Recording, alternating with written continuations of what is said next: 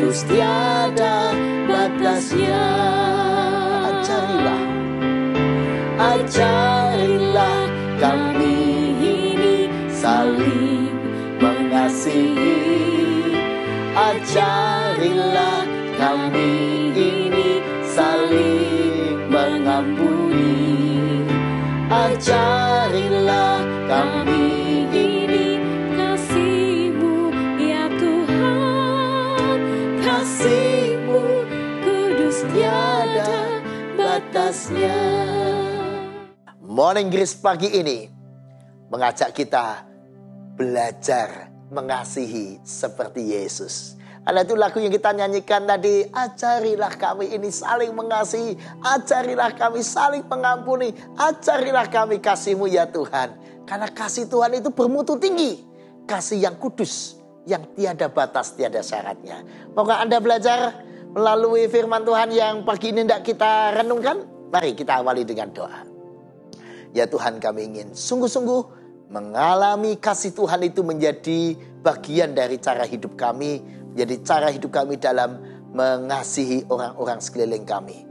Karena itu kami mohon hikmat-Mu supaya makin mengerti apa yang Tuhan mau untuk kami lakukan. Dalam nama Yesus kami berdoa dan berserah. Amin. Pagi ini kita membaca dari Filipi 4 ayat yang kedua sampai 9. Namun khususnya kita akan menekankan di ayat yang kelima. Filipi 4 ayat yang kelima. Hendaklah kebaikan hatimu diketahui semua orang. Tuhan sudah dekat. Saya dikasih Tuhan, hendaklah kebaikan hatimu diketahui semua orang. Secara memang sebuah kebaikan atau ekspresi dari kasih tidak cukup hanya dalam kata-kata, tapi harus dalam wujud yang konkret. Dan beranikah Anda menjadikan Kristus menjadi contoh bagaimana kasih yang diketahui semua orang, bagaimana mengampuni yang konkret, bagaimana melayani yang berkualitas. Dalam hidup ini memang kita perlu tujuan, bahkan kita perlu model, role model. Saya menjadikan Tuhan Yesus sebagai role model hidup saya, supaya saya mampu memiliki kualitas hidup yang lebih baik. Paling tidak saya berusaha makin hari makin seperti Kristus, memiliki kasih makin hari makin seperti Yesus, makin hari makin memiliki karakter seperti Kristus, memiliki hati seperti Yesus. Nah, untuk bisa demikian kita perlu meminta pada Tuhan. Yang pertama, kita minta Tuhan ajari kami saling mengasihi, ajari kami saling mengampuni, ajari kami kasih-Mu itu ya Tuhan. Saudara, kita harus belajar dari kasih Kristus. Itu yang pertama. Belajar dari kasih Yesus yang berkualitas tinggi, tanpa syarat, tanpa batas itu, kita akan meningkatkan kualitas diri, kualitas kemanusiaan kita, dan kualitas hati kita akan makin tulus seperti Yesus. Yang kedua, saudara, mari kita belajar untuk menjadikan berbuat baik itu sebagai tujuan hidup. Kalau Tuhan memberkati aku harus jadi berkat. Kalau Yesus sudah baik padaku harus baik juga pada orang-orang sekelilingku. Kalau Tuhan Yesus sudah mengampuni aku harus jadi manusia yang suka mengampuni. Dalam Filipi 1 ayat 22, Rasul Paulus mengajak kita untuk percaya demikian. Tetapi jika aku harus hidup di dunia ini, itu berarti bagiku bekerja memberi buah. Jadi mana yang harus kupilih? Aku tidak tahu. Kalau aku harus hidup di dunia ini, itu berarti bagiku bekerja memberi buah. Saudara, mari kita menjadikan berbuat baik, berbuah kasih, berbuat hal yang baik itu sebagai tujuan. Kalau kita fokus pada tujuan hidup kita untuk berbuat baik, saya hidup untuk apa? Untuk berbuat baik. Untuk mengekspresikan kasih Yesus yang sudah saya rasakan kepada orang lain. Untuk menyatakan kasih Tuhan kepada dia, supaya menjadi berkat. Maka apa yang menjadi niat baik kita, fokus hidup kita itu akan makin dan makin menjadi nyata ketika itu menjadi tujuan. Maksud saya adalah, apakah berbuat baik adalah tujuan hidup Anda? Apakah menjadi orang baik adalah tujuan Anda? Apakah memiliki hati seperti Yesus menjadi tujuan? Kalau itu menjadi tujuan Anda, itu kita usahakan dengan gigih, dengan semangat, supaya kita mencapai. Dan dikasih Tuhan, mari kita jadikan semua yang Tuhan ajarkan itu menjadi tujuan yang hendak kita hidupi. Yang ketiga, sudah dikasih Tuhan, mari kita belajar untuk menjadi orang baik walaupun orang-orang sekeliling kita mungkin tidak seperti yang kita harapkan. Mari kita berbuat baik walaupun banyak orang mengecewakan kita. Kita bisa belajar dari seorang yang bernama Viktor Frankl dalam kesaksiannya dalam bukunya Man Search for Meaning. Viktor Frankl ada seorang psikiater Yahudi yang dibawa ke kamp konsentrasi Nazi, dan tentu saja kita tahu bagaimana pada zaman Nazi itu banyak orang menderita, termasuk Viktor Frankl dan keluarganya. Keluarganya dan teman-temannya sudah lebih dulu dibunuh, dan banyak orang-orang dia cintai mati di kamar gas dan sebagainya. Bahkan dia mengalami, bukan cuma dibully, tapi dianiaya luar biasa, dipermalukan luar biasa. Dan suatu hari Frankl ditelanjangi di depan Gestapo. Bahkan cincin kawinnya pun diambil. Pada saat dia tidak memakai selembar benang pun di tubuhnya, kini dia nggak punya apa-apa lagi. Apa yang kepikir dalam dirinya?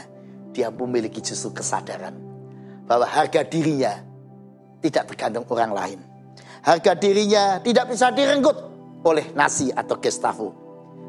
Harga dirinya terletak pada dirinya sendiri. Dia bisa merespon dan berattitude atau bersikap yang baik. Jadi saya dikasih Tuhan, Viktor Frankl mau mengajarkan pada kita, jangan sikap kita bergantung sikap orang lain. Kalau orang lain baik, kita jadi baik. Kalau orang lain jahat, kita ikut jahat. Kalau orang lain bersikap mengecewakan, kita ikut menjadi orang yang uring-uringan. Jangan. Mari kita menjadi orang yang kasihnya walaupun orang-orang sekeliling kita mengecewakan. Kita tetap baik walaupun. Nah, itu yang membuat Viktor Frankl tetap berbeda dengan orang-orang lain yang menderita di kamp konsentrasi Nazi atau Gestapo itu. Dia menderita, namun dia belajar untuk tetap mengasihi. Sudah dikasih Tuhan, tentu itu tidak mudah. Tapi mari kita belajar. Di dalam hidup ini ada banyak orang sekeliling kita yang seolah-olah mau memaksa kita untuk marah. Banyak kondisi dalam kehidupan kita yang memaksa kita untuk seolah untuk emosi, untuk tidak terima. Tapi mari kita jaga supaya kita tetap belajar mengasihi seperti Yesus.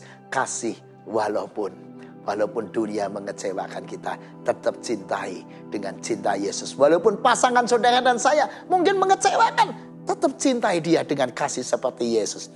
Walaupun orang-orang sekeliling Anda mengecewakan Anda, kasih mereka dengan kasih seperti Yesus. Supaya rahmat dan anugerah Tuhan terus terpancar dalam hidup Anda. Orang yang baik, yang penuh dengan kasih, memancarkan kasih Allah. Hidupnya penuh dengan ketulusan dan cinta. Orang yang demikian menghadapi tantangan hidup dengan lebih rileks, dengan kuat. Karena Tuhan yang dia cintai, menjaga, melindungi dia. Saya dikasihi Tuhan, saya ingat dengan sebuah firman Tuhan yang tidak saya bacakan dari 1 Samuel 12 ayat 24. Hanya takutlah akan Tuhan, dan setialah beribadah kepadanya dengan segenap hatimu, sebab ketahuilah betapa besarnya hal-hal yang dilakukannya di antara kamu. Dan dikasih Tuhan, Tuhan melakukan banyak perbuatan yang dahsyat menyertai orang-orang yang dicintainya. Karena itu jangan pernah berhenti berbuat baik. Jadikan perbuatan baik itu tujuan hidupmu. Jadikan memiliki hati seperti Yesus tujuan hidup saudara. Dan jadikan cintamu cinta walaupun pada siapapun. Cinta yang tetap bermutu tinggi. Walaupun cincin emas itu dimasukkan ke dalam comberan, tempat yang kotor, got yang kotor sekalipun, cincin emas itu tetap cincin emas. Tidak terpengaruh. Jadikan hati dan cintamu tetap murni seperti cinta Yesus. Pada siapapun di sekeliling Anda. Anda akan berbahagia karena Tuhan sendiri yang akan menyertai Anda. Amin. Mari kita berdoa. Ya Tuhan, kami ingin belajar memiliki hati seperti Yesus, cinta seperti Yesus, supaya kami menikmati hidup yang penuh dengan cinta. Terima kasih Tuhan untuk kesadaran ini yang hendak kami lakukan dan bagikan di hari ini dan hari-hari mendatang. Terpujilah nama Tuhan. Amin. Nikmati rahmat pagi setiap hari. Namun juga bagikan rahmat Tuhan buat orang-orang sekeliling Anda. Dan jadilah berkat buat semua orang. Supaya nama Tuhan dipermuliakan. Ajarilah kami saling mengasihi. Ajarilah kami ini saling mengasihi. Ajarilah kami ini saling mengampuni.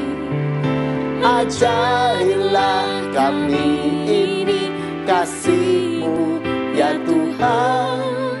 Kasih-Mu kudus tiada batasnya.